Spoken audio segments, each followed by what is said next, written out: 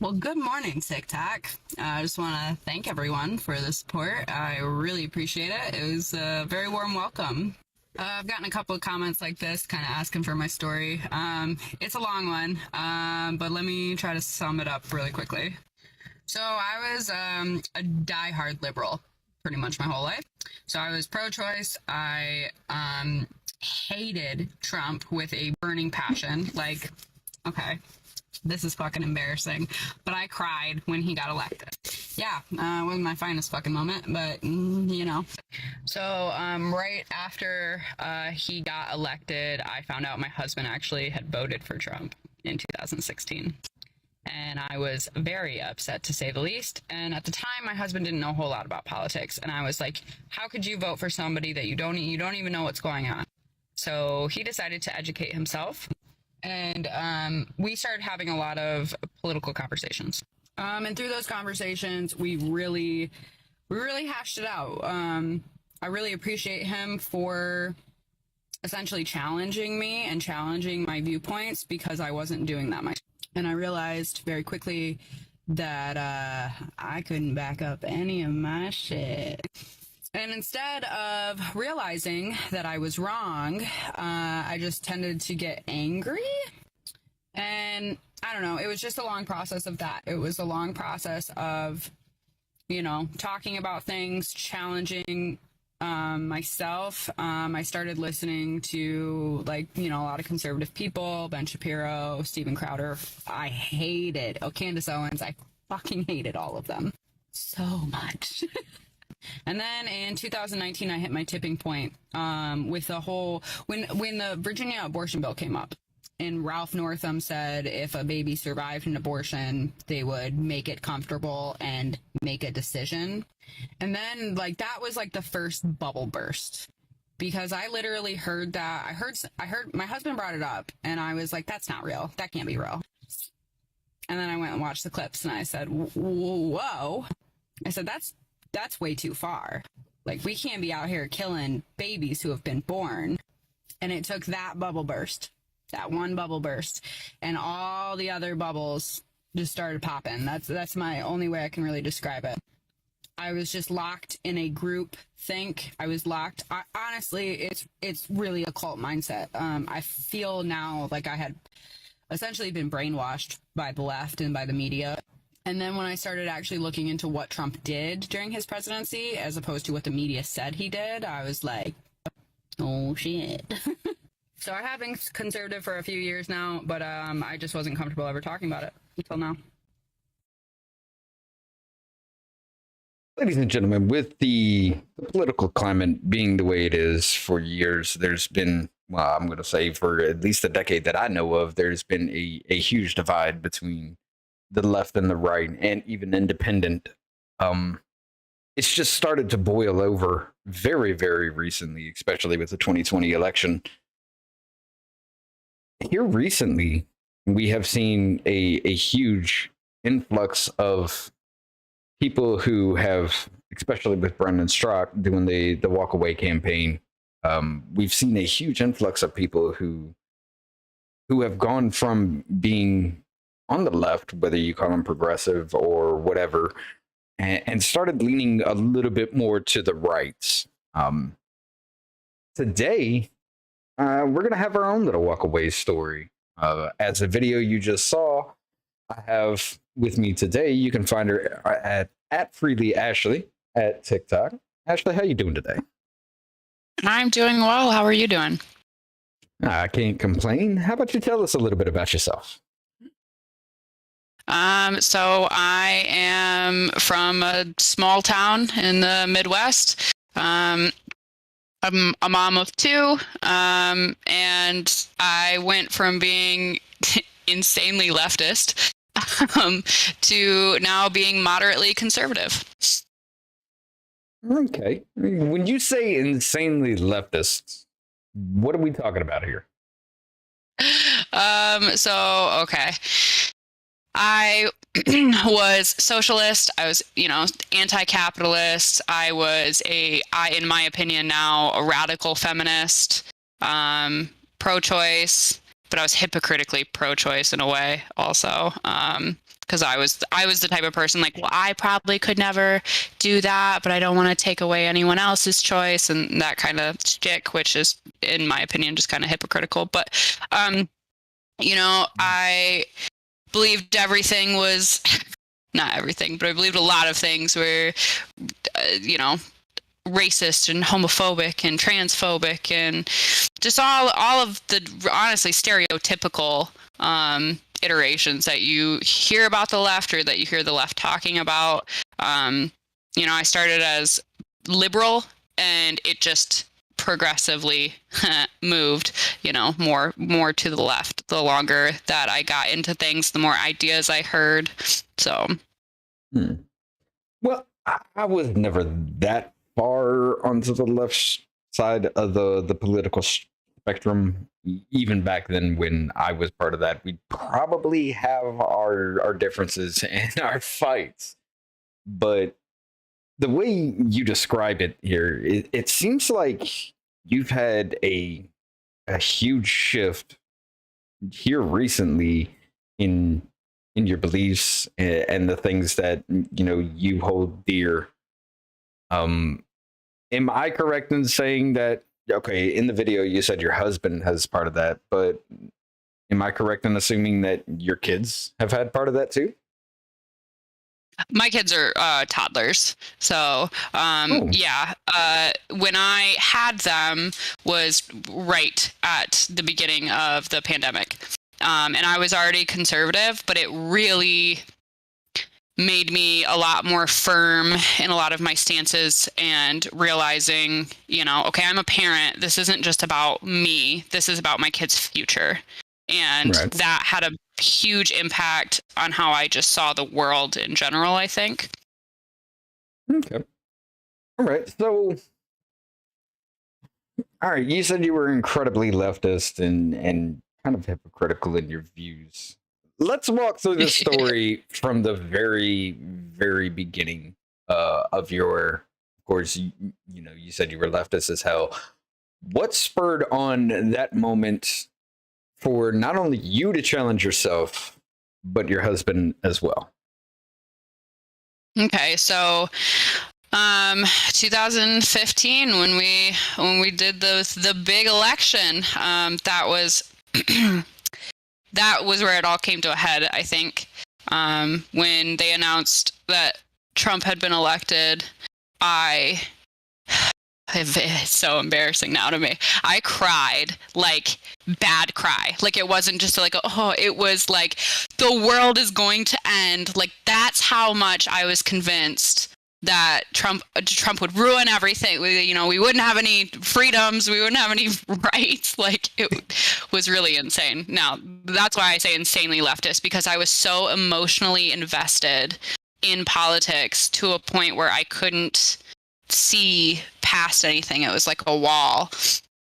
So when that happened, he didn't tell me until after the fact that he had voted for Trump. He had like gone out, and I went out right away and I voted for Hillary Clinton, not knowing really anything about her past. And when he told me he voted for Trump, I got mad. I was so angry. I just laid into him and I said, you don't even know anything about, because he didn't know anything about politics. He had basically kind of like a liberal-ish view, but it wasn't ever, anything that he was really committed to or that he watched or anything like that. So he went out and voted for Trump kind of behind my back. And I freaked out, and after that he was like, okay. And whenever I say he doesn't know enough about something, it's basically like a challenge to him. He goes, okay, well, I'm about to become an expert. And when that happened, he never wanted to like change my mind about anything. That was never the goal. It was, I want to talk about this stuff. I'm seeing different information. I'm seeing facts that you're either not acknowledging or you don't know that they exist. And his mindset was kind of like, let me just bring these up. Let's talk. Let's have a debate. He likes the mental exercise of, okay, well, what's your viewpoint? Well, this is my viewpoint, and let me like push and prod and challenge you. So that was really the only way that I figured out all of my views were based on emotional appeal talking points and no fact and no statistics. Because when I was presented with statistics or facts or details about certain legal cases that were going on that I was really up in arms about, I quickly realized that I don't actually know shit. Well, I mean, that's actually how they get you. Like I said, I used to be kind of liberal. I've always been moderate, pretty much smack dab in the center kind of thing. And, I've always tried to make myself that way because if I need to understand your point of view, I have to listen to you. I have to put myself in that position. I have to at least try to come to terms with that belief. So I've always been a kind of moderate, left-leaning person as far as that goes. But I couldn't imagine myself in that kind of mind frame that you say, and be like the now famous video of the woman that was just on her knees, and as soon as Donald J. Trump's the president, she starts screaming at the top of her lungs. I know you've seen that one. Oh yeah, triggered lady. Yeah, I couldn't like, even when I saw that, I was just like, Jesus Christ, is this what this is? And for me, I think that was like that moment right there when I saw that video. It was like something kind of clicked, but I never really paid attention to it until I skipped work one night, and I was just happened to turn on the news, and okay, Trump's having a speech. Fuck it, let's see what he'd say, right? And I didn't hear anything more than like narcissistic talk, like always. I'm the greatest. Everybody loves me. Me. That's all I heard, right? And I went to work the next day. I even watched the speech twice just to make sure. And I was thinking, well, maybe it's a one-off kind of situation, like he didn't say anything. But I went to work the next day, and I came home and turned on the news again, and Donald Trump said this, and no, he didn't. Donald Trump said that, and this is bad for our democracy. And I was like, holy shit! This is where I consume my information. But I just sat there and watched this dude say basically everything opposite of what you're telling me he said. It's how long has this been going on? So that was my kind of wake up moment to the whole thing. And kind of like you, it took a minute for me to just be like, all right, so I believe this. I need to look into it. Yeah. And a lot of things came up to be completely wrong and 100% lie. And I've walked down that path. You have. And it's kind of a frightening thing to know that every single thing you believed is not everything, but most things are a lie. So, yep, or half truths. Oh, yeah.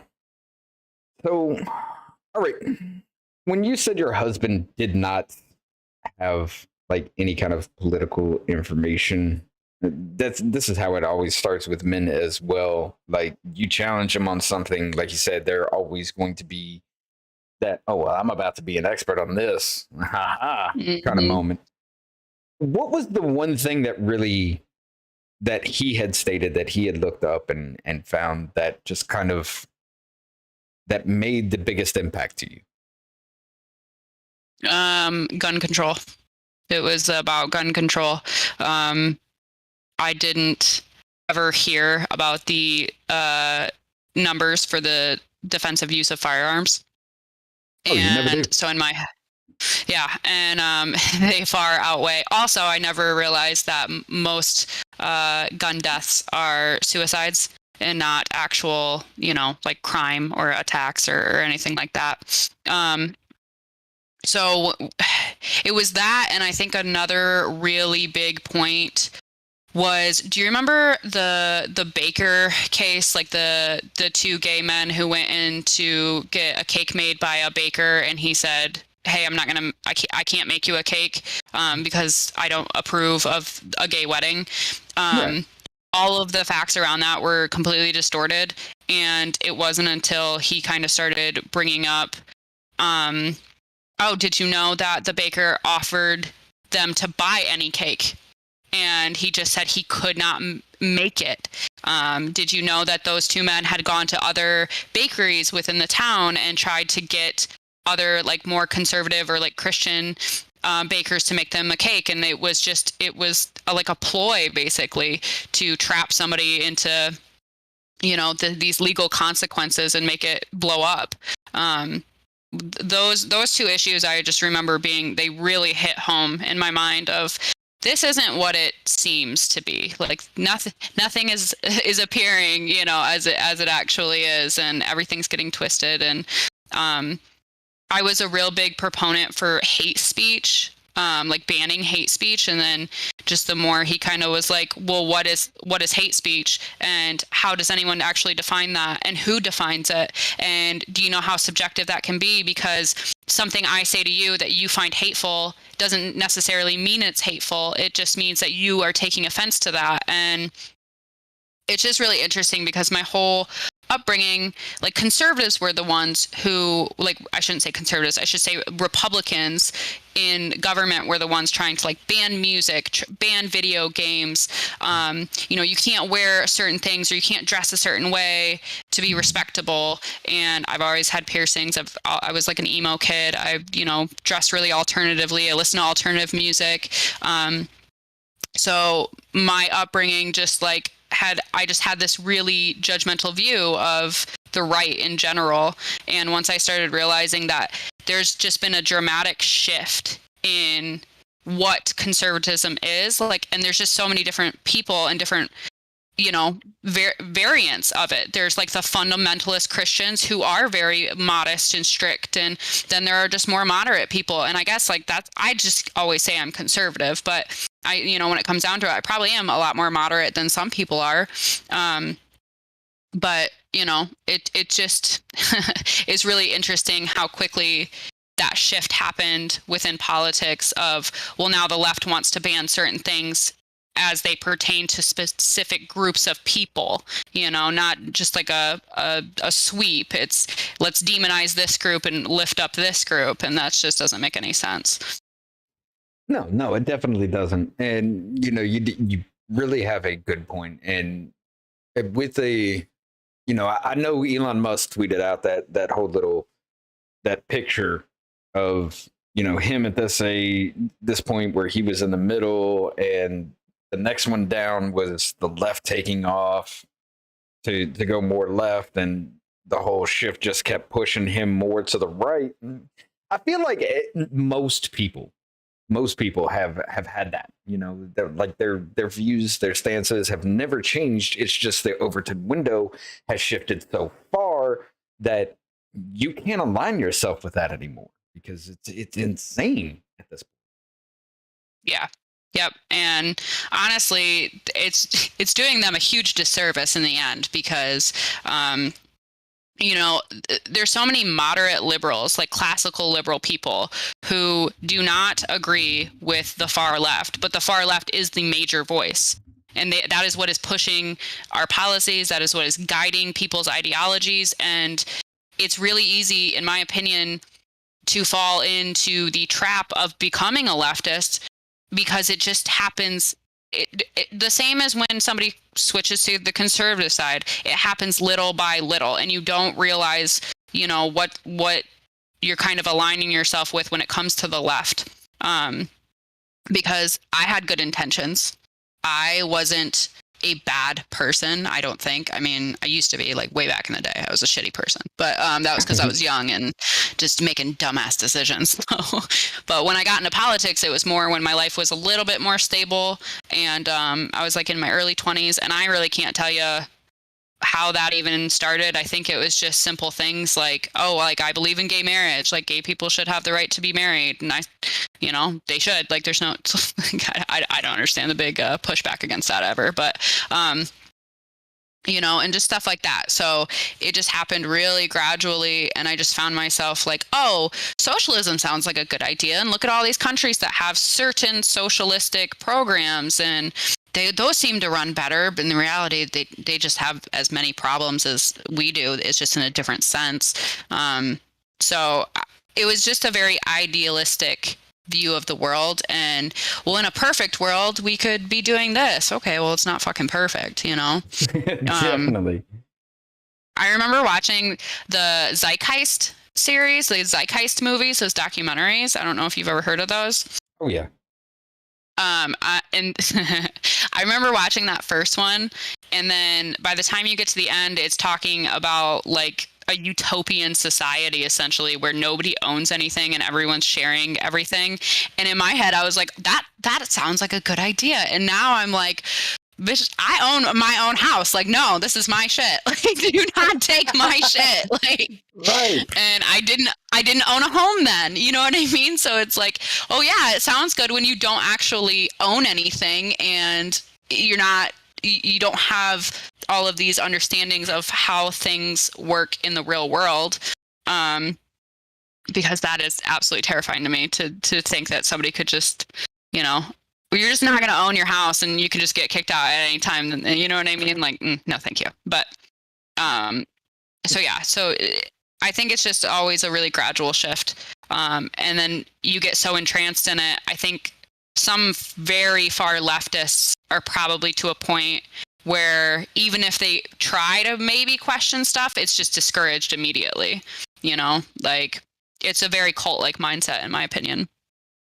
Yes, it definitely is. I mean, it's just like, even recently, you know, I've noticed that everybody's like, well, you're in a cult. You're in a cult. Both sides say that. But one thing I have noticed is, you know, the left, as far as it's defined today, which is just crazy and insane. And then you got the right, which is pretty much normal, everyday people. Like the left just, they follow suit just lockstep. As soon as somebody says something, it's just like the chance. And I'm going to go ahead and say it. They just can't keep Orange Man's Cheeto out of their mouth to save their life. And it's no longer an argument. Yes, he may return. We'll deal with that when it comes. But it's no longer an argument, but you keep it going. That's the only thing you have left to argue with.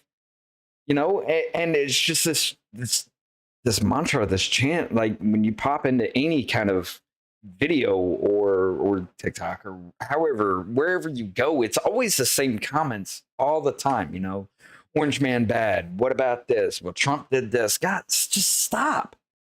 We can't fix anything. We can't think of anything past that point if you don't stop yourself and just realize we have bigger shit to worry about.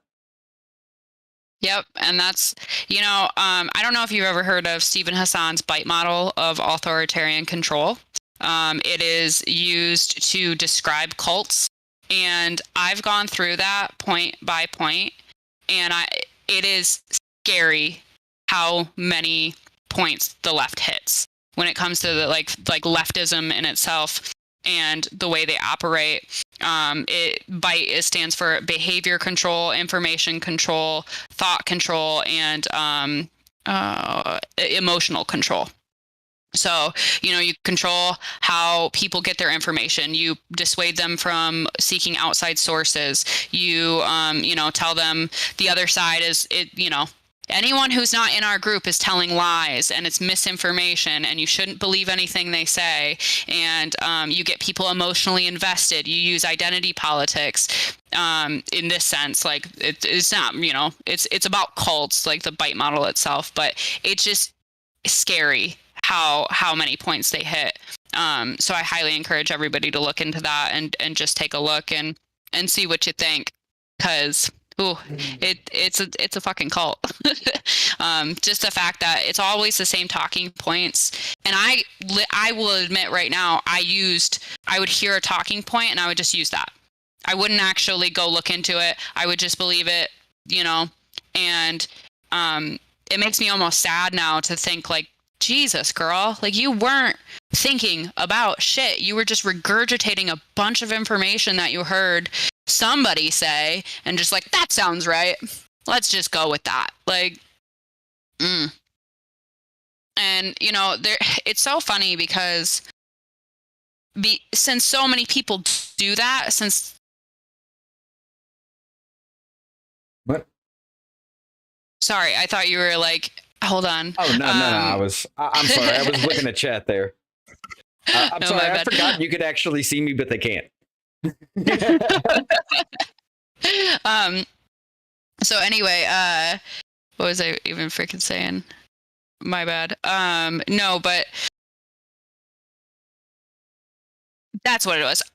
So many people regurgitate information that they hear over and over and over and just take it as truth. And I think, unless you actually go and look into that yourself and see what's true and what's not, you're never going to, change your mind on anything. You could argue till you're blue in the face with someone, and if they never just go look at the information, they're never going to believe you, because that's what the cult mindset does. It convinces people, it otherizes people. And that's why I always get not mad, but just like annoyed when someone says, oh, well, the right's the same way. Not right now. Maybe it used to be, but not right now, because people who are conservative, that's why I don't say I'm a Republican either, because it's like I'm not going to ascribe to any side of how I vote. I'm going to vote by the policies that uphold my viewpoints the best. And people aren't doing that anymore. They're just, oh, I'm going to vote all blue. Oh, I'm going to vote all red forever. It's like, that doesn't do you any favors, because if they're upholding shitty policies that are only going to hurt people, what does that do? Nothing. It just makes us way worse off. Exactly. And I will say this. Welcome to the independent party. This is what we are. But well, I do want to say this. Miss Troop here, Miss Troop 88, she popped in here saying cognitive dissonance when we were talking about they just mindlessly walk on through, and you are correct. That's what it is. They don't want to be wrong.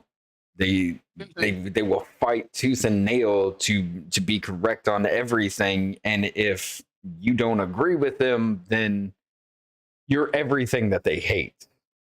Abel did pop into the Twitch side. He says, crazy white man stuck in mental asylum room with a good looking woman that isn't his relative. You know what, Abel? We're going to have it out, dude. Lee Joseph Santos says, my own opinion is that the Republican Party loses support because they are Christian first, not people first, which Republicans or conservatives are out there putting all the people first instead. I don't know. I'm gonna pass it to you. See what you say about that. Which Republicans or conservatives are out there putting all people first instead? Oh, I mean, so that's the thing, is a lot of people I listen to might be religious, but they don't lead with that. Like a lot of, I watch Ben Shapiro a shit ton. I watch Steven Crowder quite a bit. And Ben is obviously very Jewish, and he has his own belief system, but he doesn't use that as like arguments against certain leftist ideologies for the most part, or maybe he does in a sense. He's super biased as well, but Candace Owens, I think honestly, like in government, like Ted Cruz is kind of one of my favorites. He's really for like, hey, we need to protect our rights and we need to protect the children and make sure that they are safe and that nobody's fucking grooming them or out to get them, which is essentially what's been happening. I think who's the other guy that I saw recently that I was like, oh shit, that guy, I love that guy. Jim Jordan, I think is his name. He always makes super good points. He recently just called out the Democrats for just being obsessed with Trump, and instead of going after the issues that they need to figure out for the people, they're just so obsessed with making sure that Trump doesn't get elected again if he does run, so they're trying to prevent that in any way possible. It's just like, you guys are so wrapped up in playing the defensive constantly, and that's also been a big flaw of the majority of Republicans, is that instead of kind of going on the offensive and being like, no, like we need to actually focus on issues, a lot of it has been of the defensive position of like, no, but you guys are wrong, instead of I don't know, I guess presenting a better argument or trying to circumvent that and be like, okay, well, you guys can just we'll go believe this over here, but we're going to get some shit done. Right. But yeah, I don't know. I think for the most part, everybody that I watch regularly or listen to regularly, none of them really use religion as like their main talking points, which is a big deal to me because I'm not religious. I used to be a militant atheist too, and I used to judge the shit out of anyone who is religious. And I used to say some really horrible things about them, or think them at least. I wouldn't say to someone, but I would say it to like a friend or somebody who's just letting me fucking spout my bullshit off. I had a couple of those friends who severely disagreed with me, but they would just let me rant and rave, and they wouldn't really push back at all. And I was like, man, you should have pushed back a little bit harder because I was being a bitch. Like, I used to be super hateful. That is a difference in the parties. Like, one side would just attack, and the other's just like, okay, that's what you believe. Here's what I believe. No. Okay, we're done with the conversation. I mean, if you don't want to hear it, then. But Miss Troop also says, I think that might be a misrepresentation or a projection. As a conservative Christian, I would argue that we value truth over anything. I would have to agree with you as well, Miss Troop, as far as that goes. Truth does matter. What have you got to say about that? Well, it's interesting because so my husband and I have had a couple of conversations, discussions, whatever debates you want to call them, about truth. Because so Jordan Peterson talks about truth a lot, and I'm a huge fan of Jordan Peterson. And the thing about the word truth is it can have multiple meanings.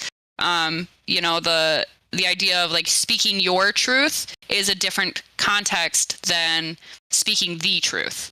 Do you know what I mean? It can honestly be subjective. So think about it like this. If you believe something to be true 100% with all of your heart, does that actually make it true? Not necessarily.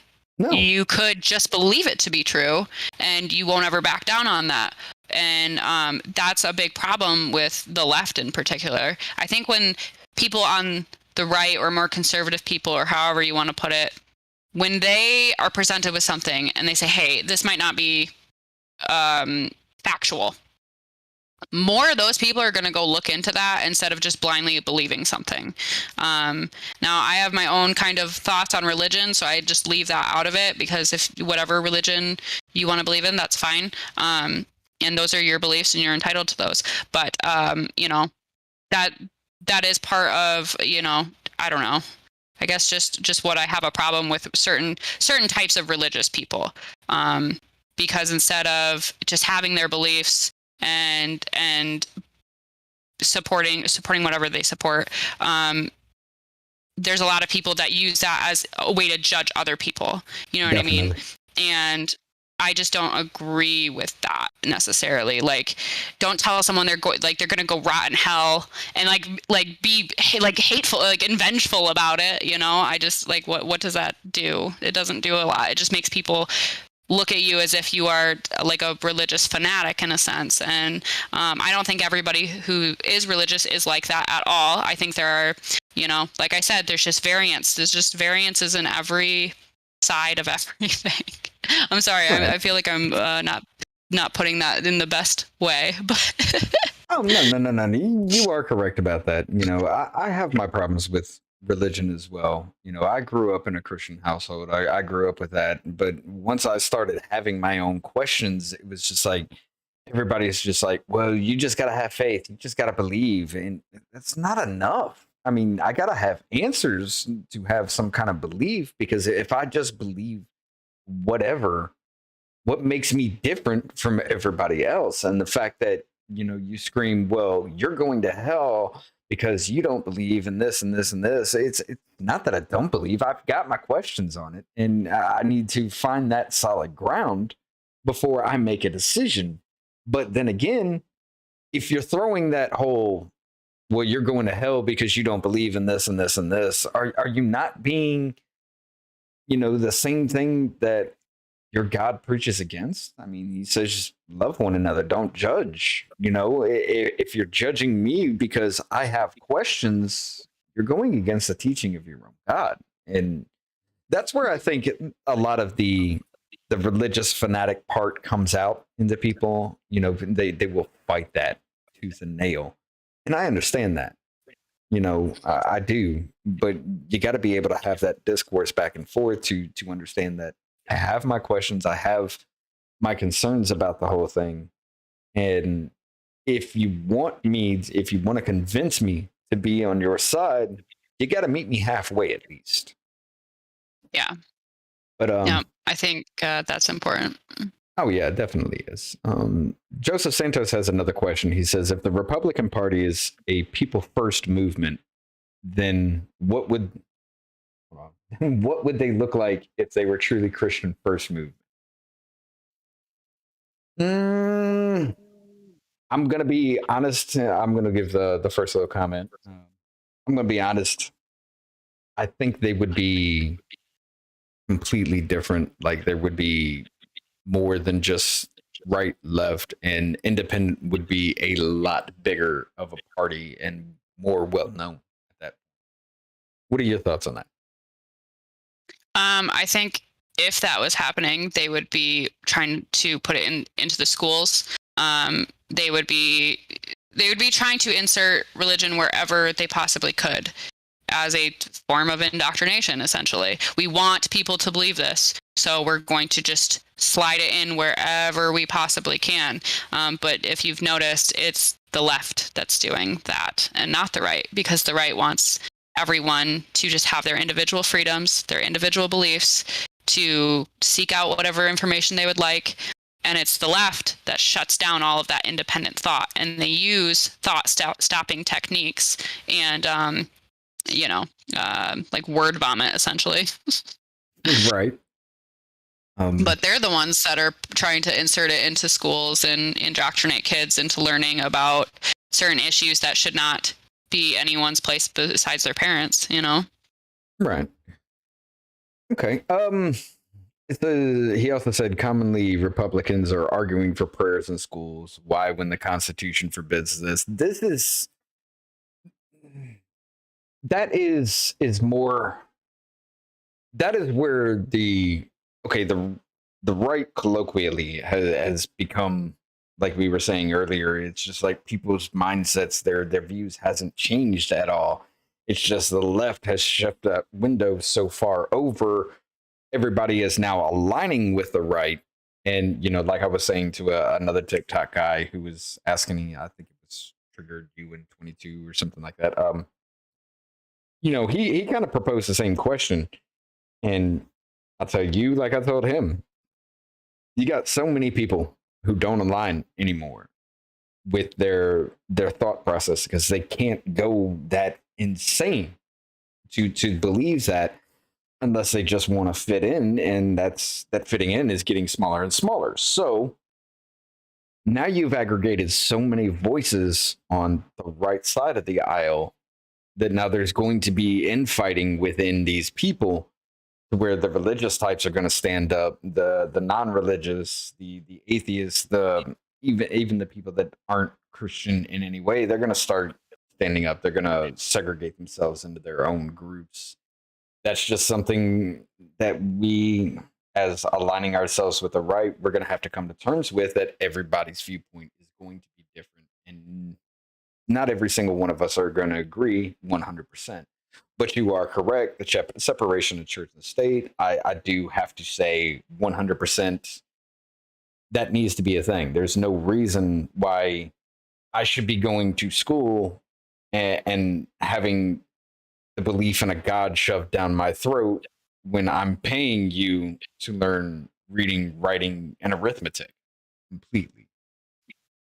What's your views on that? Yeah, I 100% agree. I don't think religion should be in any type of school or work or anything of that nature. I think, and that's just my mindset about all ideology. School should not be a place for indoctrination. It should be a place for an education.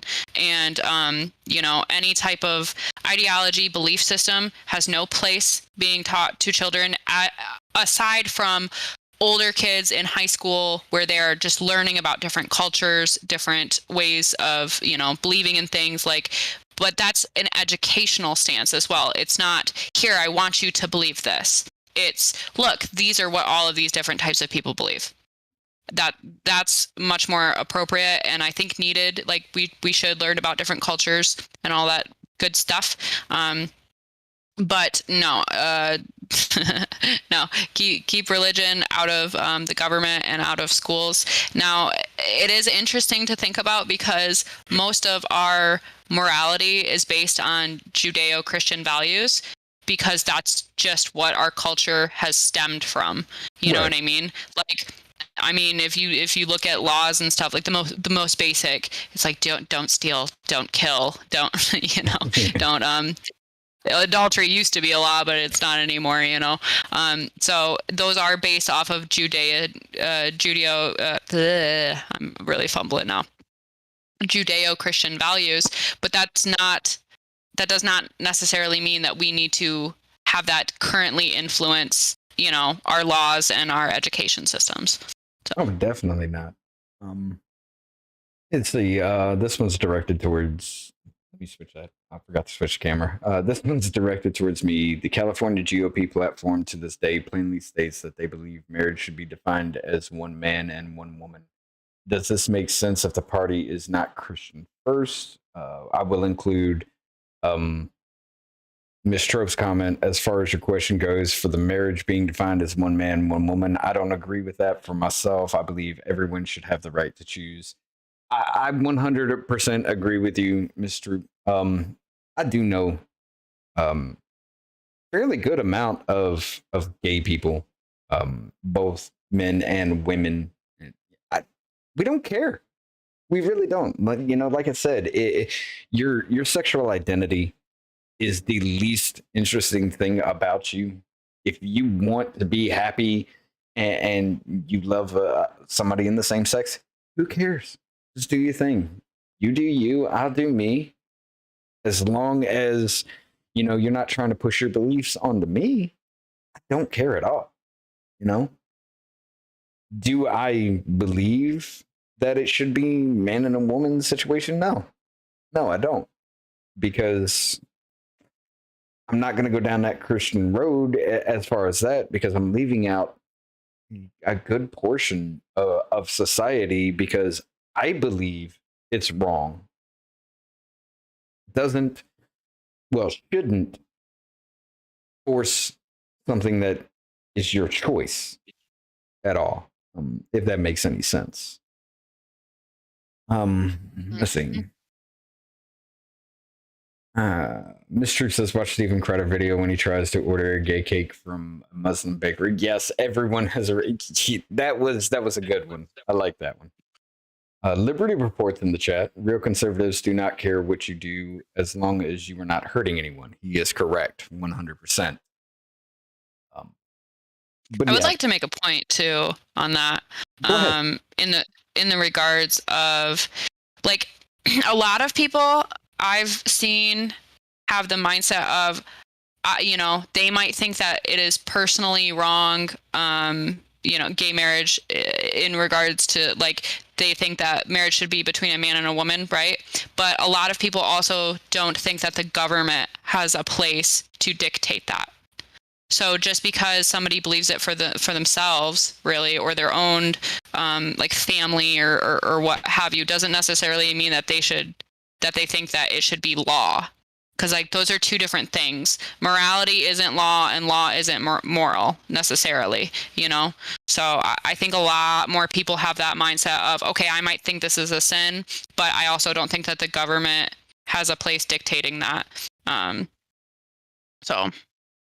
Yeah, 100%. That kind of actually brings up something I want to touch on. The Tennessee House bill, I think it was 233. Basically, all that was removing the government from common law marriage. I've said it before. Tennessee is actually where I grew up. Common law marriage is.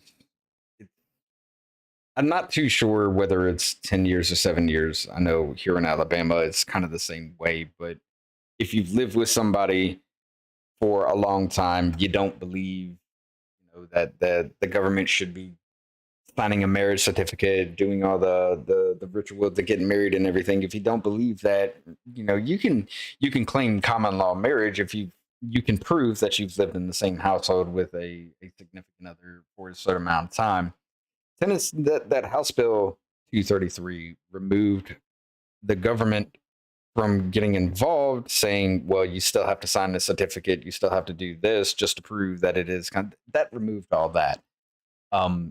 The left attacked that as, well, now the right wants to marry little kids and they don't want, transsexuals, homosexuals getting married and everything like that. They attacked it so much that a 2-page bill that just said we're removing government from common law marriage has now become a 20-page bill to say, well, these people can get married even though they can. Those people can get married even though they already could. It just took it to where you relax the restrictions and everybody attacked it. Now you put more restrictions on everybody else to where now, the people that are officiates that actually would have signed for that piece of paper, you remove that. Now they actually have to do it, and you're going against their beliefs, their will to sign their name on a piece of paper that they may not agree with. So that's the Tennessee House bill.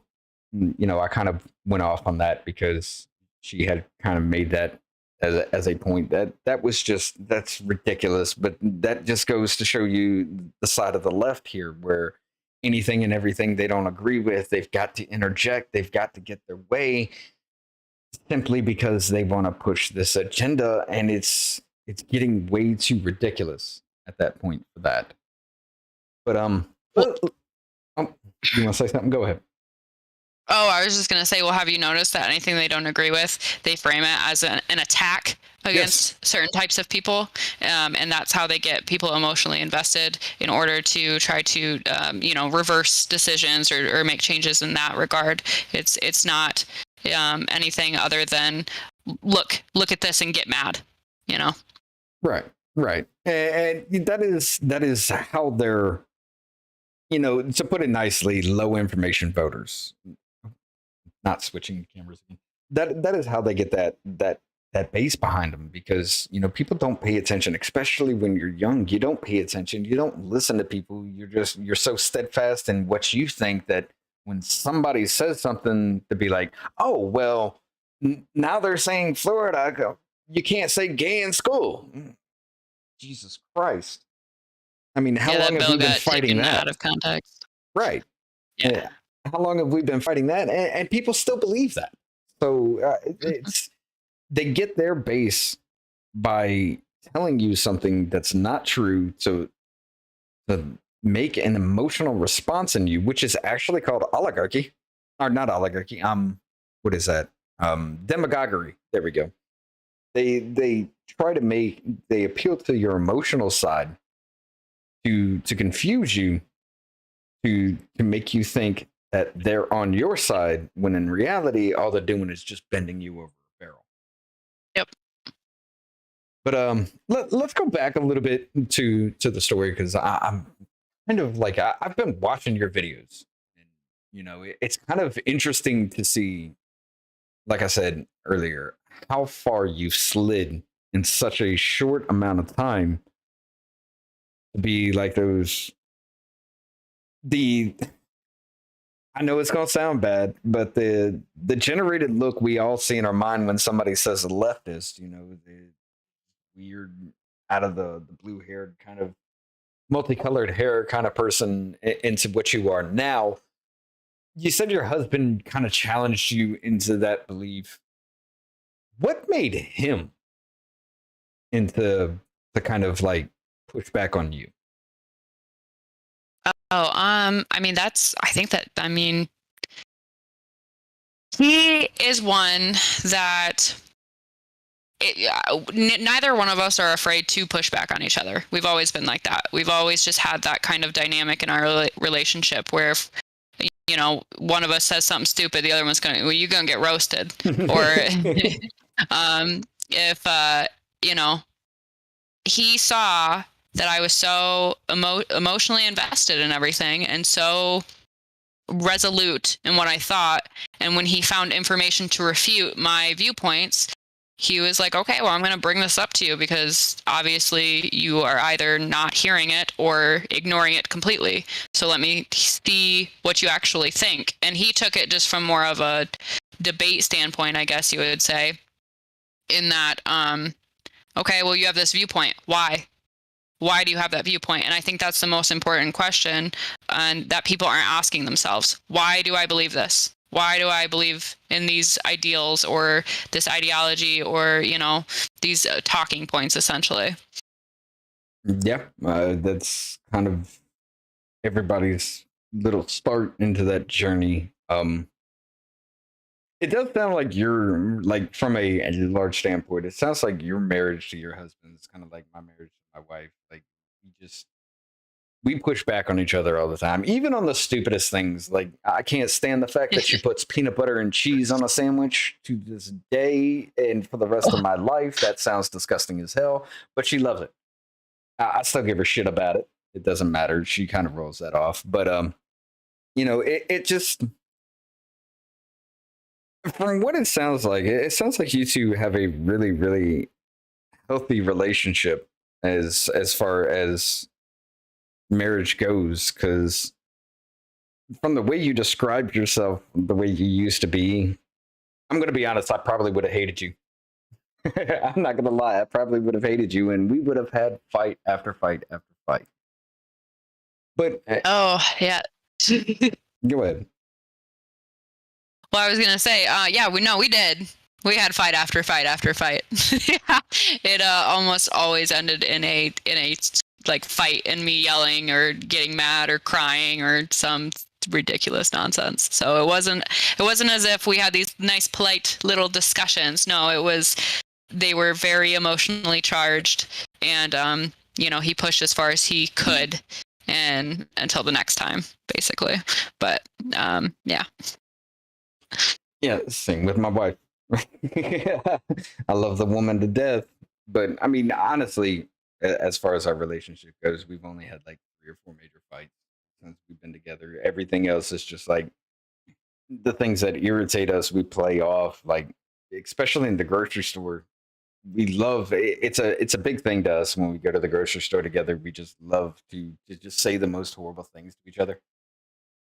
Just to get people's reactions. It's not like we're trying to pick at each other like that. We just say these things as people pass by, and we kind of see out of the corner of our eye how they react, how they look at us, and it's just it's a fun game, and it's a way to just get those irritating things off your chest without making it into a fight, you know. But if he's pushing back on your beliefs and making you kind of align yourself with your emotional kind of beliefs as far as that goes,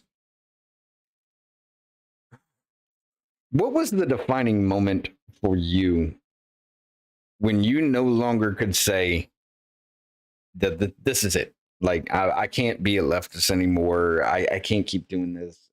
I just sound insane. What was that defining moment for you as far as all of that goes? Oh, a lot of people have asked me, okay, what was your red pill moment? Like what finally set it in, right? And honestly, it was just a very slow progression. I feel like once I had kind of had my eyes opened about the abortion issue, from what was it? It was like 2018, 2019, when that Virginia abortion bill was trying to go through. And then they said that Ralph Northam was like, well, if a baby survived, we would make a decision. And that was, I think that's just like it was my biggest, like, holy shit moment. Like, what's going on? Like, because my husband told me about that, and I literally remember saying, that isn't real.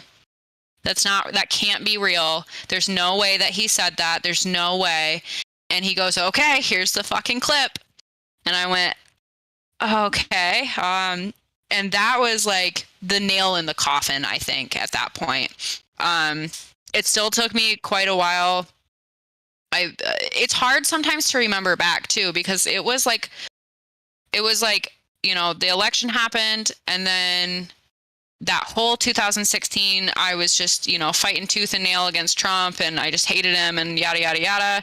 And then I think it carried over into 2017, because I will see stuff on my Facebook here and there of like me spouting off about something. I just saw it the other day. I was like, okay, so I still was really staunch in this in 2017. But that's why it's hard to remember, because it was just such a slow progression of me. Like in my story video, I think I called it bubble bursts. And that's what it felt like. It was like there's all these really main bubbles, and they just started popping little by little. But the abortion issue, I think probably was the nail in the coffin at the end of it. And it still took me a while to change my mind about Trump, to go from I hate this man with everything in me, I can't even hear his name or I get triggered. And then I kind of went more towards, oh, okay, well, he's done some good things, but I hate him. I still hate him. And now I'm just like, whatever. Like, he's a fucking person. He did great things for the country. He said a bunch of dumb shit. He's definitely narcissistic to a point, or you know, just kind of a dick about stuff. He's not the nicest person in the world, but I appreciate that in the same sense, because at least he'll say what he fucking means. And he's not running around saying a bunch of shit to our faces and then carrying off secret diabolical plans in the back room. Maybe he fucking is, but I don't really think so. No, I don't think so either. Like, on a personal level, I still hate his ass. Like, I really do. Like, he's the most narcissistic asshole I've ever seen in my life, and I understand why. I do. You know, his upbringing. This he was born with a silver spoon in his mouth, and everybody loved him because he built so much. You know, he turned $1 million loan into multiple companies. Yes, some failed. Whatever. I don't care about all that bullshit. But everybody loved him before he even decided to run for president. And that kind of, when you're involved with that so much, like every other one of our celebrities are, you kind of, that becomes your identity, that becomes who you are. So the narcissistic behavior does take over. However, I do tip my hat to the man. He did a lot of damn good for us. He actually was fighting for us tooth and nail. And he did some stupid shit, a lot of stupid shit. You know, the people he surrounded himself with, it's just like red flag after red flag after red flag, and yet you still allowed it to happen. You know, it's just, I do have to tip my hat, because presidentially, he did a lot of good while everybody was screaming, he's a racist, he's sexist, he's just a horrible piece of shit, he's a fascist, he's all this. And now we're stuck with Biden, who is everything that they've been screaming about Trump. So, I mean, I get that whole divide as far as that goes, and the belief behind that, but I don't know. It's still, it's to a point with me that it's just, I'm done. I know he's gonna run again. It's going to come down to him. I know that. But if there's somebody else on the ballot, I'm going to vote for them first, because I don't want to have this political divide. I don't want to have another 2020 season all over again where people are ranting and raving. And but Trump didn't do this. Well, if he did that, you'd call him a fascist kind of situation, you know, like trying to stop the riots. Like, if he would have brought the military in, oh, well, he's a fascist. See, we proved him right. See what he's doing? I don't want to have any of that shit again. But if he does run again, let's just admit it. He's going to take the Republican Party sweeping. But I don't know. What made you change your mind about Orange Man? Seeing so many instances of the press taking something that he said and twisting it either completely out of context, cutting off the second half of a sentence. Like, do you know how many videos I saw of him condemning white supremacy, condemning, I disavow white supremacy, I disavow the KKK, I disavow all these people. And so many people will still to this day say that he never did that, he never said that, or they, and the media never showed anything like that. It was always, look, he's saying that there's good people on both sides, and it's like he wasn't referring to the people with fucking tiki torches. Like, he wasn't saying that at all. But it's just this twisting of the narrative.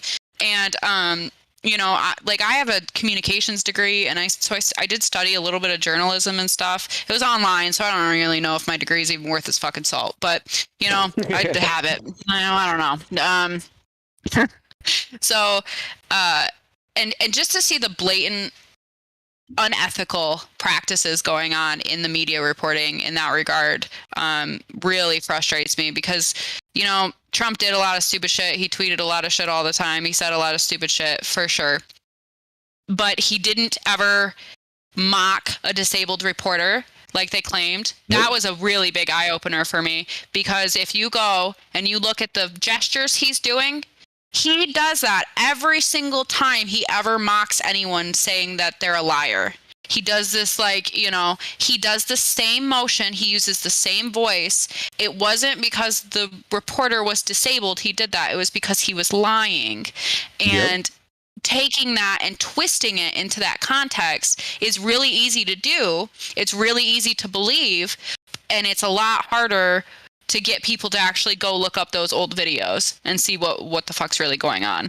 It was just funny too, because I had that moment way back when, I don't know when really, whenever I ended up seeing that. It's been years now, so it's just hard to remember that kind of stuff. But I saw a video of Brandon Strata, is his name, from the Walkaway campaign, detailing that exact thing. And I felt the same way. I was like, holy shit, he's talking about the exact same thing that I did on my own terms of going and actually seeing it for yourself. And it's just a huge eye-opener.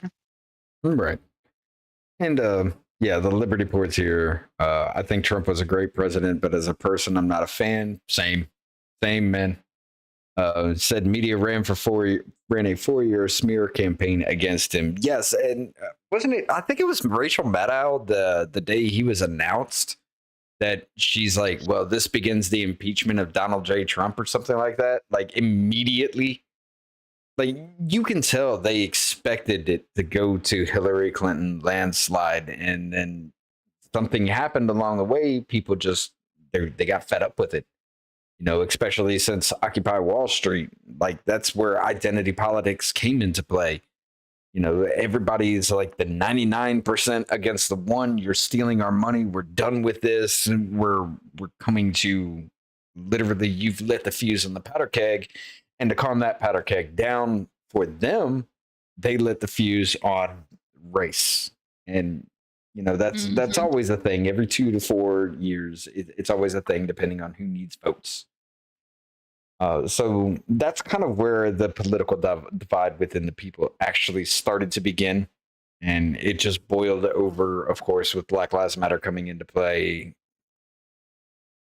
I'll reserve my comment with that. But with everything like that, it's just like you have, especially with the news, CNN, MSNBC, CBS, ABC, PBR, and the only thing the right had was Fox. You have 5, 6, 7 news stations saying the same thing, and then Fox is like, well, no, here's the real truth about it, and let me put my spin on it. It's just like, how can you actually avoid that?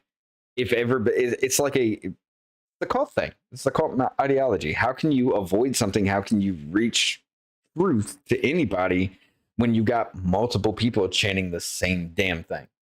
So, and yes, Liberty, you are correct. He was never supposed to be president.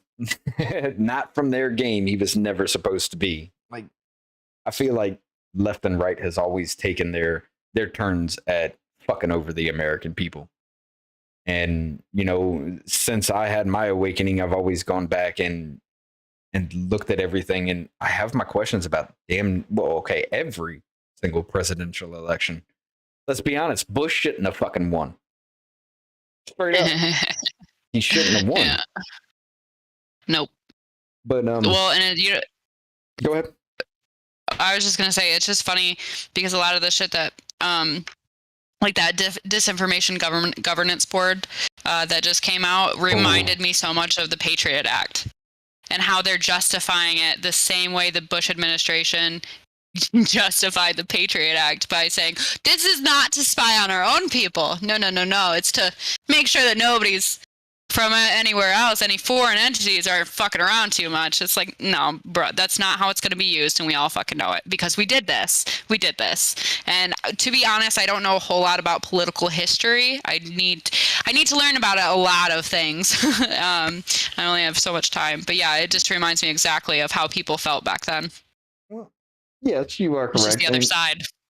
I'm not too versed in the political history as well. You know, since, like I said, 2017, really about early 2018 is when I started looking up into things, and it left me with a lot more questions than it did answers. You know, as far as like, how long has this been going on? Because I've traced back everything to World War II, and I stopped, and I'm just, Jesus Christ, when did we go so far off the rails? And how do we believe that our votes still matter, especially after 2020? You know, I feel like it's all been rigged for a long time against us to give us the illusion that we have power, while they in the background there just, they chose it. Like, I don't think for a long time, I don't think our voices have ever really been heard until overwhelmingly Trump versus Hillary. Look, I'm going to admit, the only reason I voted for Trump was because of the Hillary Clinton server thing. You know, the Benghazi incident and all that blew my fucking mind as, how do we let this happen? By the way, she's still never been held to account for any of that. But how do we let somebody who's a big part of our government have our Supreme Court just say, turn this over? And then she goes out there and smashes everything with a hammer, wipes the servers, and everything's gone. And, oh, well, we don't have anything. Okay, case dropped. Let's just go on about our way. How do we let that happen as far as that goes? Because if that were me, my ass would be in prison, never to see the light of day again. But as far as the continuation, how has it plagued your thought process being so far left to where you are now? How have you come to the reconciliation that all of these things that you used to believe are pretty much lies? I feel like that's a loaded question. It's hard. It feels okay. So I've had several instances in my personal life where I've had to literally do that, where my entire life was a lie, and I had to take a look back with fresh eyes once I realized that. So I've done this before. It's just been with my own life. Right. So I think I'm maybe more capable of it than like an average person, somebody who has it. Because like I was adopted by circumstances, actually. And I didn't know that until I was 13. And I was told in a really horrible way as well. So when I found out, it was like, obviously, if you think your entire life these are your parents, and then you're told, oh, guess what, that's not it. It's actually these other people.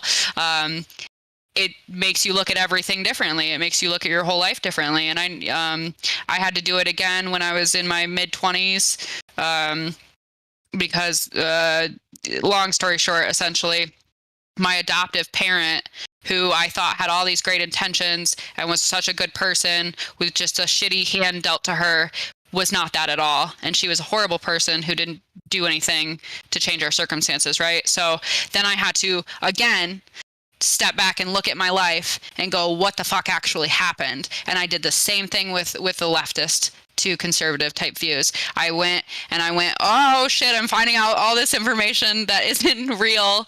Let me go and do it again and look back at it again and see what the fuck is actually happening, or how I got here, or how I got there. You know what I mean? So I'm no stranger to self-introspection and having to look at things from a different perspective. And I think that's just what happened. Okay. Sorry, my Russian friend. Yes, I do have a Russian friend. I'm still trying to work out a time to where we can sit down and talk about this Russia-Ukraine thing. But he says, I remember book 1984 by George Orwell, Ministry of Truth. Same now in your country? Yes, 100%. Oh, I'm sorry, I just burped. 100%. It is happening here now. You know, it was because they had control of information through our media, through the internet sites where we got our information from, through social media, you know, Facebook, Twitter. Every bit of it was just so skewed horribly to the left. It was apparent. Elon Musk buys up Twitter. Everybody's in an uproar about that because they've lost control of the biggest platform. And now this pops up not too long after to now, where Nina Jankowicz, the same woman who in, I think it was 2018, 2019, something like that, said the government should not have control of speech. There should be no regulating body in speech because Trump was in office. She was the one that spurred the Russiagate scandal. You know, the whole, oh, Trump is he's a Russian asset. He's in Putin's pocket. She helped push that along. She also helped hide the Hunter Biden laptop story that would have changed our election here had people known about that. Now she is the head of the board through all those lies, is now the person that's going to tell us what's true and what's not. So yes, the same thing. Ministry of Truth. They call it the Disinformation Governance Board, but fuck it, it's the Ministry of Truth. You want to say you don't say gay bill? We got the Ministry of Truth. What you talking about? A question for you, Freely Ashley. This is from the Liberty Report. How do you research, or how do you reach someone on the left? I've had many conversations with liberal leftists, but have had very little luck coming to any common ground. It's a hard one because, you know, I guess it depends on the context of the conversations happening. If you're talking about on social media, you're probably not going to change anybody's fucking mind, quite honestly. You know, part of me is like, is this useless of me explaining how I change my views? I think reasonable people can listen. It might take a while. You know what I mean? I think if you're having these conversations in your private life, like with people you actually know in person, it just takes enough times of them realizing that they are wrong. And when it was pointed out to me that I was wrong, I would immediately get angry or upset. And it took me a long time to sit back and go, why am I getting so angry? Why am I getting so upset? And, you know, I think everyone has the capability of changing their own perspective on things, but they have to also be shown the information. So if you're having these conversations wherever you are, you need to provide the proof of what you're saying. You need to back up your side so they can realize that they have nothing to back up their own arguments. And after enough times of that happening, one person will probably go and hopefully seek out some information. But Yeah, it's a tough one. It really is, because like I said, it's a cult mindset. You're brainwashed into believing all of these things. Your information is controlled in a sense. The other side is demonized so greatly, because this is the thing too, is if you get somebody who's calling you racist, homophobic, transphobic, whatever, nobody likes to get labeled as those things, especially when you're not, racist or transphobic or homophobic. But it's the thought stopping statement. I don't have to listen to you because what you're saying is based on hate and bigotry, so you don't get an opinion. That's what that is. So you have to just push back against that and say, no. And look, that's not what I believe. Because that's what all of it is. I don't have to listen to you because your opinion doesn't matter, because it's filled and fueled with hate, while not seeing that their own opinions and talking points are fueled and filled with hate. Yes. It's hypocritical. Yes. And I will add to that, the way I do it, use their own logic against them. Like, all right, remember when it was my body, my choice? Yeah, now it's no uterus, no opinion because of the trans community. Okay, so let's just roll this out here. No uterus, no opinion. Men can't have a say in abortion because they don't have a uterus, but men can be women, women can be men. So if a trans man gets pregnant, they have to go through with that birth because men can't have a say in abortion. They do have a uterus, but men can't have a say in abortion because it's not their body. And if a trans man is a woman trapped in is a man trapped in a woman's body, then they should have no say either because they're a man. They may be in somebody else's body, but they can't have a say. So they must carry out birth. That's the logical fallacy, the logical loophole. You play that against them and they start realizing, well, wait, hold on. No, it's not that. Yes, it is. I mean, that's exactly what you told me. That's exactly what you've been saying for years. I mean, you have to use that logic against them because it's when you bring logic into it, like they're so emotional about everything. But when you bring that logic in and use it to justify their emotions, it starts that breakdown process of, holy shit, everything that I think is now a lie because I've been so emotional about everything. I'm tripping over my own thoughts. But, yep. And I think, honestly, I think a lot of conservatives do a disservice by just saying, well, everybody on the left is crazy or evil or bad or hateful. Because I don't think that at all. I think most people have good intentions. I think most people are just wrapped up so tightly in this ideology that is bad and is hateful and is evil, and they just keep going along with it the farther it gets, and not seeing, like you said, use their own logic against them. And I've started to kind of do the same thing in certain topics that I talk about, especially because it's like you can't have all of these contradicting viewpoints. You can't say, like you said, you can't say, oh, well, men don't get an opinion on abortion, but in the same token, say that oh god, it gets so confusing sometimes when I'm thinking about it. Every bit of it, yes. If you say that a trans man is a man, okay, well then they don't get an opinion on abortion apparently, even though that they have all the biological components of a woman. And it's just you can't keep doing this. And the problem is none of them are actually connecting all of these thoughts together. They just view them as separate issues instead of seeing the whole picture. That's what I used to do. View everything as a little tiny separate issue instead of how they all wrap together, which is funny because they want to claim intersectionality is so important.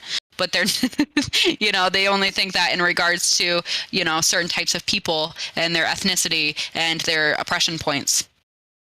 Exactly right. Miss Troop says they always trip you up by arguing semantics. Very manipulative tactic. How do we get around that? Kind of goes back to what we were saying. It's just you got to use that tactic against them. You really do. They want to argue this. Oh, well, this is a semantic. You throw a semantic back at them. Trip them up with their thought process. That's the only way you can do it. Because if you try to argue emotion with logic without including and mashing it all together, you're still going to end up at this very same place you started at. By the end of the conversation, you're going to make a full circle. You mash logic and emotion together, they have no other option but to break down. And I know this because I did it myself. You know, my whole red pill moment came from my own, but I you know, for a while before I got together with my wife, I was just kind of sitting in my apartment, just kind of like scratching my head. Well, how much of this is a lie? How much really do I know? And I started looking up these things and reading not just right wing or left wing shit. I'd read it all, you know, even the crazy conspiracy Q shit. I went down that rabbit hole. It's fucking weird and bullshit, but they make some points. I'll give it that. But then again, you all also are connecting dots that have so many dots in a system. You can paint your own picture with everything, you know, but you mash that logic and that emotion together, and you start to break it all down to where they have to think logically and avoid all emotion to get to a point to where not only they understand it themselves, but you understand their point. And once you break that down and you get that logic and emotion just start mashing together, they naturally separate, and you can start seeing their real points and opinions actually come out. So, I mean, that's honestly the best way I've done it. Like, in my home or my neighborhood here, like, we're the only white people here. Me and my wife are the only white people here. We have 3 Mexican families, but everybody else is black, right? And when the George Floyd thing popped off, everybody hated us except for, you know, our surrounding neighbors who, you know, they call us whenever they need help because they know we're going to be there. So everybody started hating us, and you know, I had to put up security cameras in the house for that reason. There are 8 surrounding the house, 360-degree view. And we got such backlash and hate from that. And I started talking to people, you know, outside of just our little neighborhood, just saying, hi, how you doing? And I'd get hateful comments thrown at me and be like, okay, so why? Why do you think this? And, you know, just that whole emotion thing of, yeah, I was pissed off too about the whole George Floyd incident. But you see the body cam footage? Well, what are you talking about? No, I saw that. He was kneeling on his neck. Did you see anything that happened before that point? Well, no. How can you argue it then? How can you have the standpoint that I'm bad because of the color of my skin when you haven't seen what led up to that moment? Now, if you want to, I can sit down and I can talk to you about this. And, you know, I'll show you everything. We'll go through the whole thing together if you want to. Or here's the link. There you go. You explore it yourself. Come back to me. We'll have this conversation later. But right now, when you're so filled with hate because of the color of my skin, because you've been told I'm racist because of the color of my skin, we can't have that conversation. We can't come to any kind of agreement on anything. And that's how it broke down. And now it came to a point to where, you know, a few months after I started talking to people, like me and my wife walk the neighborhood sometimes. And we were walking one afternoon, and a couple kids, 4 or 5 kids, ran up to us and were wanting to attack us. And God, 2-3 houses down the road saw this, and this dude's literally got knee braces on both knees, came running out his back door with a cane in his hand, wanting to cane the kids for even approaching us, you know. And that was the moment in this neighborhood when people started to realize, hey, maybe these white people ain't so bad. But it was that moment where I was telling him, if you see the color of my skin and you think that I'm racist because of that, there's a problem within you, and we need to have that conversation. But I can't have that conversation when you're stuck in that mindset. Mm-hmm. But I hope that helps everybody. Let's see. Okay, so Miss Troop. Okay, so we can kind of let them lead the conversation. Yes, let them lead the conversation. Let them get into that moment to where, okay, so why do you think this? Well, it's because of this and this and this. Okay, let's go off this. Let's go off this one point. Eventually, they're going to trip themselves up. Eventually, they're going to come to a point where they have no defense because their third point argues their first point against them. They're going to get to that point. And as long as you stay cool, calm, and collective about it and just be like, no, hold up, you just said this. So how can you justify that? Oh man, I hear you. We're 20 minutes from Mexico. Oh shit. I want to hear your little border story then. I need to talk to you. Was a bit tense when the whole George Floyd thing happened, but at the same time, I was still liberal. I had my whole journey at that point too. Like I had already been starting left leaning. That's actually a good point. How did George Floyd affect you, Ashley? So, man, that shit was wild.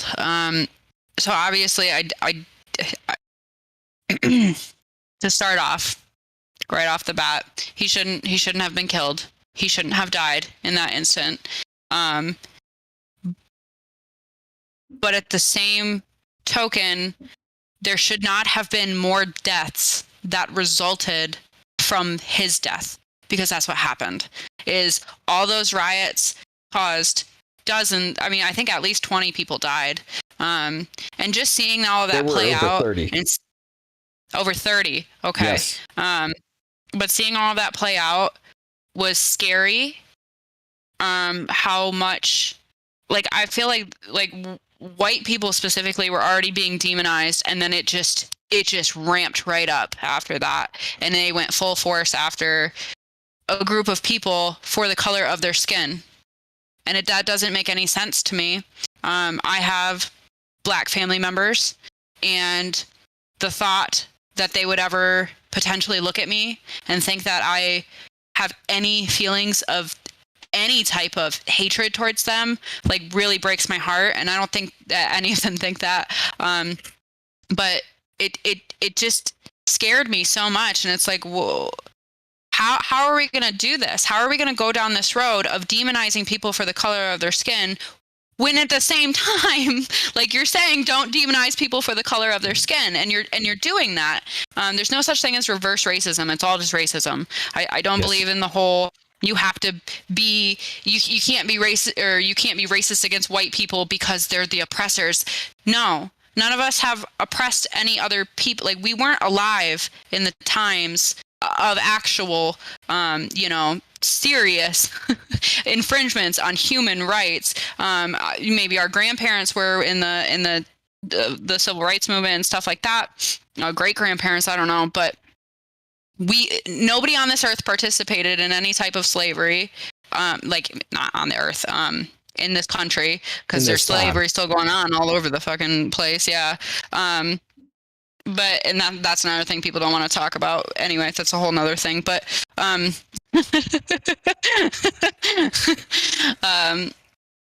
but yeah, those riots were a huge eye opener. And it's funny because, it's not funny, but ironic, because when, what riots went down when I was a leftist? I think it was like the Ferguson stuff. Is that right? Am I remembering that right? It's so long ago now. Ferguson was, that was 2018, I think, 2017, 2018, somewhere around there. Yeah. Somewhere in there. I remember living in our old house, so it was forever ago, because we've been here for a while now. But I remember living in our old house and seeing riots go on. And as a leftist, I was like, oh, I can understand why people riot. And I had the exact opposite reaction to the George Floyd riots, which went on for a long time, obviously, and so many people lost their entire livelihoods. It was already after people were understrained from COVID, so all the businesses that were damaged and all the property that was damaged, that was more than just property, that was people's livelihoods and their businesses. And so many Black business owners were not able to open their doors again, so you just dismantled their entire life. And all the people who died, all the Black people who died during those riots, you know, at the hands of you know, either other Black people or white people, it just none of it made any sense. And to think that we could go, like, why did we go through the civil rights movement to end up here, to end up in the exact same place, in my opinion, where we're still hating people for the color of their skin? We're just twisting it in a different way, and it's very strange. And I don't believe in that. I don't see people for their skin color. And that's another thing, is if you say, I don't see people for their skin color, then you're called racist, because they say, well, you can't be colorblind either. And that doesn't make any fucking sense. I don't attribute any type of predispositioned beliefs based on your skin color. It's the way you present yourself. It's the way that you treat other people. It's the way you handle things. You know what I mean? It's like, I've known way more horrible, shitty, white people than any type of you know, someone by another ethnicity, but that's just because they were shitty people. It wasn't because they were white. It's because they were shitty people. Like, Right. it just, none of it makes sense, and it scares me for my kids' future. Just because if this is the road we're going to keep going down, it's going to get bad really fast. And it's funny to me now that everyone wants to bring up everything that happened on January 6th. But you don't want to look at a year's worth of riots and people dying and all that, you know? Right. Well, I mean, Sorry, I went on a tangent, but Oh no, you could. This is what we're here for. But that brings it back. Like, you know, you said so many Black people died. David Dorn. I mean, that dude was trying to protect his business and his community, and he was killed by a bunch of Black people for protecting his business. And he was a Black man. He was a retired police officer, but he was a Black man that was protecting his business. And you want to talk about all that? You don't want to talk about that, because that destroys the whole narrative as a whole. You know, you've also said that violence is violence. Okay, we all agree on that. If I strike you, it's a violent act. Oh, well, words are violence. Okay, so me saying I don't agree with that is now a violent act to you, but silence is violence. So if I don't say anything, I'm still perpetuating the same hate and violence as if I would have struck you in the face. It's that logical loophole. It's that fallacy. It's the same thing. It's just all perpetuated to make people hate you based on what they want. Put puppets on a string. Pay attention to the show instead of the man behind the curtain. And that's all of this has been. You know, it's the feminist movement, the, you know, Black Lives Matter, the trans movement. All of it is, especially with the, you know, our food processing plants being destroyed now. Oh, yeah, I just recently heard about that, actually, and I was like, what the fuck? Yeah. It's all a distraction. That's all it is. For you not to pay attention to what's going on behind the curtain. That's all it is. And if you would avoid that, stop trying to fight that fight on their ground and fight that fight behind their ground, you'll never lose. And I say behind their ground because while they got you front face, racism this, sexism this, trans people this, what is that fight going on in the background? What are they doing behind your back? While you're facing this person saying you're racist, this person saying you're sexist, you're transphobic, you're homophobic. What are they doing in the background? Why are you, as a person, fighting that fight when you know what's happening behind that curtain? That's the real question. But let's kind of go back a little bit more to this whole thing. You started coming to the realization that everything has been a lie, and you're trying to come into your own beliefs and your own thoughts as far as what you view things. I want to try to put this as easily as possible. How did you come to terms with your whole thoughts as far as emotionally versus logically? How did you come to your own thoughts to realize that you're not what you thought you were, as far as politically, socially, things like that? How did you come to that realization, and how did that really play a part in your mind? I'm hitting the wrong button. Oh, it froze. What? I think being able to There we see go.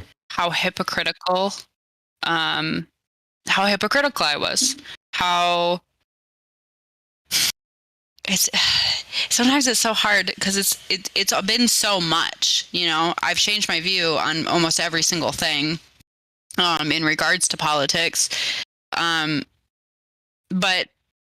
the more that I saw the contradictions, the hypocrisy, I was able to step back emotionally. And I still get like emotionally, invested in some things in regards to children, especially. That's just hard for me now to separate because that's very real. And, you know, there's a lot of so it's just sensitive. It's a sensitive issue, and they're kids, you know. So To be honest, I'll never separate that emotion. I mean, Yeah. when you're talking about children, I'll never separate that emotion from that. I don't have biological children of my own, but I give a damn about other people's kids. Like I give a damn about your children. I've never seen them. I've never met them. I mean, this is the first time I'm actually really talking to you face to face, but I give a damn about your kids and their future because they are what makes us. They are the future of this country as far as that goes. But I mean, with something like children, you can never erase that emotion from it. Well, you know, what's really sad is I used to be a lot more callous in regards to how I thought of children. I've seen those. And that's really- videos. It's really, really hard for me to come to grips with now. And I've like borderline almost cried in a few of my very short TikToks being like, yeah, it makes me really, really fucking sad to think that I ever used to say certain things about like unborn babies and all that, because it is very difficult. It's just like, who the fuck were you? And yeah, I guess I'm still trying to come to grips with parts of that. I'm still trying to understand where my head was at, and all I can think was I had good intentions, but I had the wrong mindset in the wrong place. I didn't understand how bad the ideology is to its core and how none of it makes sense altogether. And yeah, like just some of that stuff, it is very difficult to think back. Or how I used to attack, like I didn't ever like outwardly attack anybody, but just the way I talked about certain groups of people, it was just so disrespectful. And how I talked, I used to literally say, oh, people who are religious, they use that as a crutch. They use it to lean on because they're not strong enough. It's like, that's not it at all. It's not why people have religion. I can see the good in it now. I can see why it's necessary to a society. I've listened to a lot of Sam Harris. I don't know if you've ever heard any of his stuff, but he's an atheist, and he has had a lot of discussions with Jordan Peterson specifically. And I used to be all about Sam Harris, and now I can see the flaws in the argument of people don't need any type of religion. It's like, well, we need some type of moral compass, and religion is that for a lot of people, so that's important. But yeah, I'm still years later, I would say 2019, I was conservative without wanting to call myself conservative. I was aligning with all the views. I was aligning with the policies. I was seeing the good in it. And it took until 2020 when I was also, COVID was really weird. Okay. So I had my twins at the very beginning of COVID, and they were premature. They were born 10 weeks early. Ooh. So yeah. So while everybody was in lockdown, I was going to the hospital every single day, an hour each way. I was, fighting against dealing with all of those emotions and shit. While everyone's just sitting at home bitching about being at home, I'm wondering if my kids are going to live, So that was really hard. And that whole year of 2020, I was home with them. I had to quit my job. I had to. They were only home like a month when I got called back to work, even with extra COVID leave. And so I was like, all right, well, I'm quitting my job and stay at home mom, and I'll figure it the fuck out. But that gave me a lot more time to listen to content and start really like, why did I believe the things that I believed, and why? And I just delved really deep in my own self-introspection, in my own mindset, and I've listened to hours and hours and hours worth of different viewpoints, different,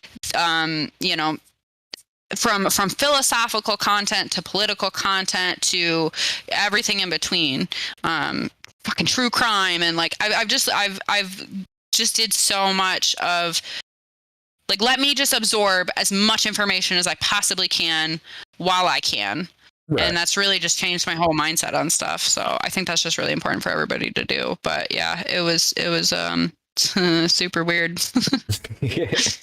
Well, I can definitely understand that. Joseph Santos, is it really hypocrisy? Didn't actually know what they were doing? Give me a second, my wife just walked in.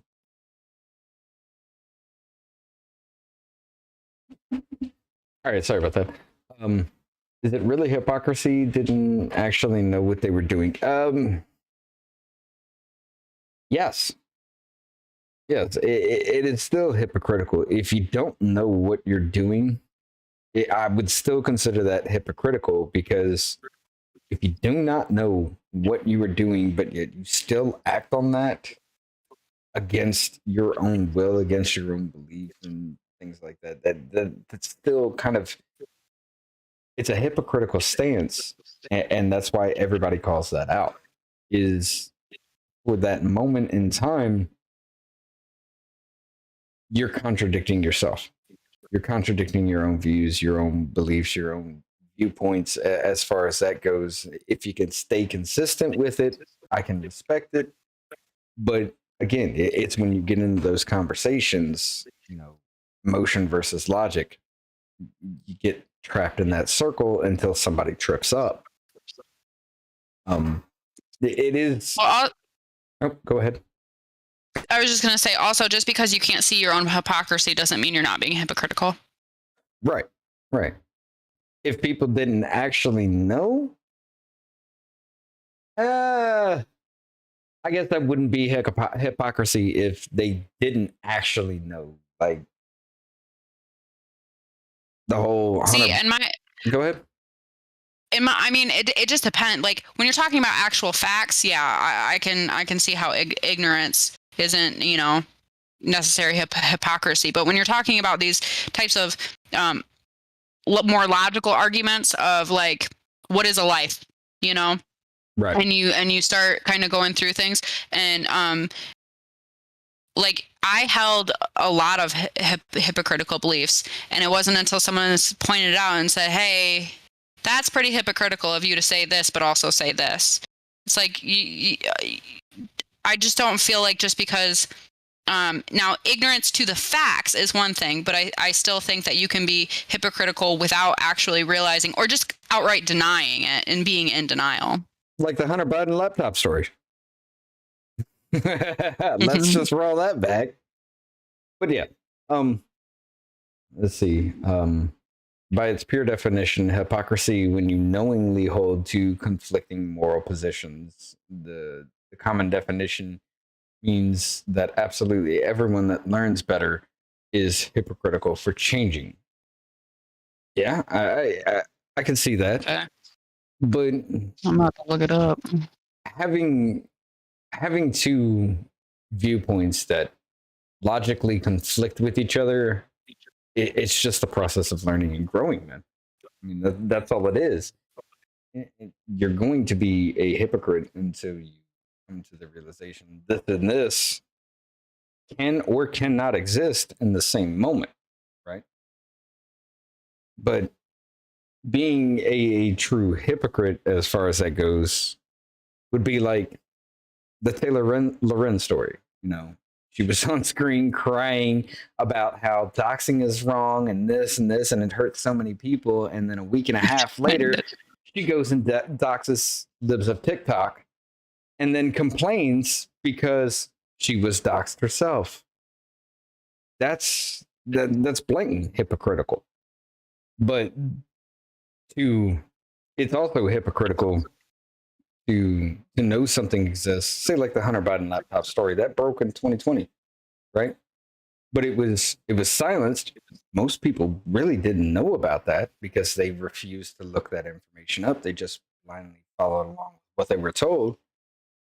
So that information was always there. You had that chance to look it up. You didn't take that chance. So yes, you were still hypocritical because you did not educate yourself on what you're talking about. All you did was blindly follow what everybody said. It's still hypocritical at that point, even now, because even the leftist media is saying it's true. So to play it out now and think, no, that's still a lie, that's blatant hypocrisy. You know, even being ignorant to the facts is one thing. Being willfully ignorant to the facts because you don't want it to be true is another. Mm-hmm. Mm-hmm. But Yep. I didn't mean to hit that. We've been going for like 2 hours here. I'm gonna go ahead. Yeah. I'm gonna go ahead and wrap this up. My wife just got home. I gotta spend some time with her. I'm sure the little ones want your attention as well. But as far as that goes, like I don't know if you're willing to or not, but I'd like to talk to you again about you've mentioned it a few times about the abortion stance, if you're willing. You know, I'd love to have you back on. We'll talk more about that because you've had a pretty extreme flip on that one as well. And Very. I'd love to hear that story and get your take on that. But do you have any final words? I think if anyone is watching this that is on the left, challenge yourself. Everyone on the right too. Challenge yourself. Challenge your beliefs. Figure out why you believe the things you do. And don't give yourself a break on it. Don't cut yourself slack. Delve deep. Actually do some self-introspection as long as it takes. Because the only ways that you actually know what you believe is if you challenge yourself, you listen to the other side. As hard as it can be, when I first started doing it, I absolutely hated Ben Shapiro and Steven Crowder and Candace Owens, and I thought they were the worst people on earth, and now I listen to them fucking regularly, which is why I always bring them up, but there's the most... I've been listening to a lot of Thomas Sowell lately, actually. Everybody go listen to him, because he's a fucking genius, but... Yeah. You know, so... You really need to do the work, whatever your beliefs are, whatever side you land on, and make sure that what you believe is in good faith, essentially, and you're not just putting your faith blindly into anything. Okay. And one more quick question. Of course, as the title says, you're at Freely Ashley on TikTok. Is there any other place people could follow you and reach you and talk to you about this? Or would you rather than just be there? Well, TikTok's great. I did make a Twitter when Elon announced that he was gonna be buying the platform, I made it, said, okay, well, I haven't really been using it, but I certainly want to. So if you want to follow me over there, it's freelyashley92. Somebody stole my clean name, so I had to throw in some numbers. Right. All right. Well, I appreciate the talk, and this has been really interesting to see your flip as far as your political views and cultural views as well. I really wish the best for you, especially with the little kids. And tell the husband I really appreciate and respect him for standing firm and not just bowing down. That's an awesome man. But Yeah, he's not a pushover. I appreciate you. And like I said, I definitely want to have the abortion conversation with you if you're willing. But yeah, let's go ahead and I'm gonna give the outro. No matter your political views, no matter your cultural views, everything like that, let's just sit down and have a conversation about it. Okay. It's not a hit piece, it's not a gotcha moment. I just want to understand why you believe what you believe. Ladies and gentlemen, you have a voice, and it is time to use it. Please sit down. Let's have that conversation. For now, everybody, take care and have a good night.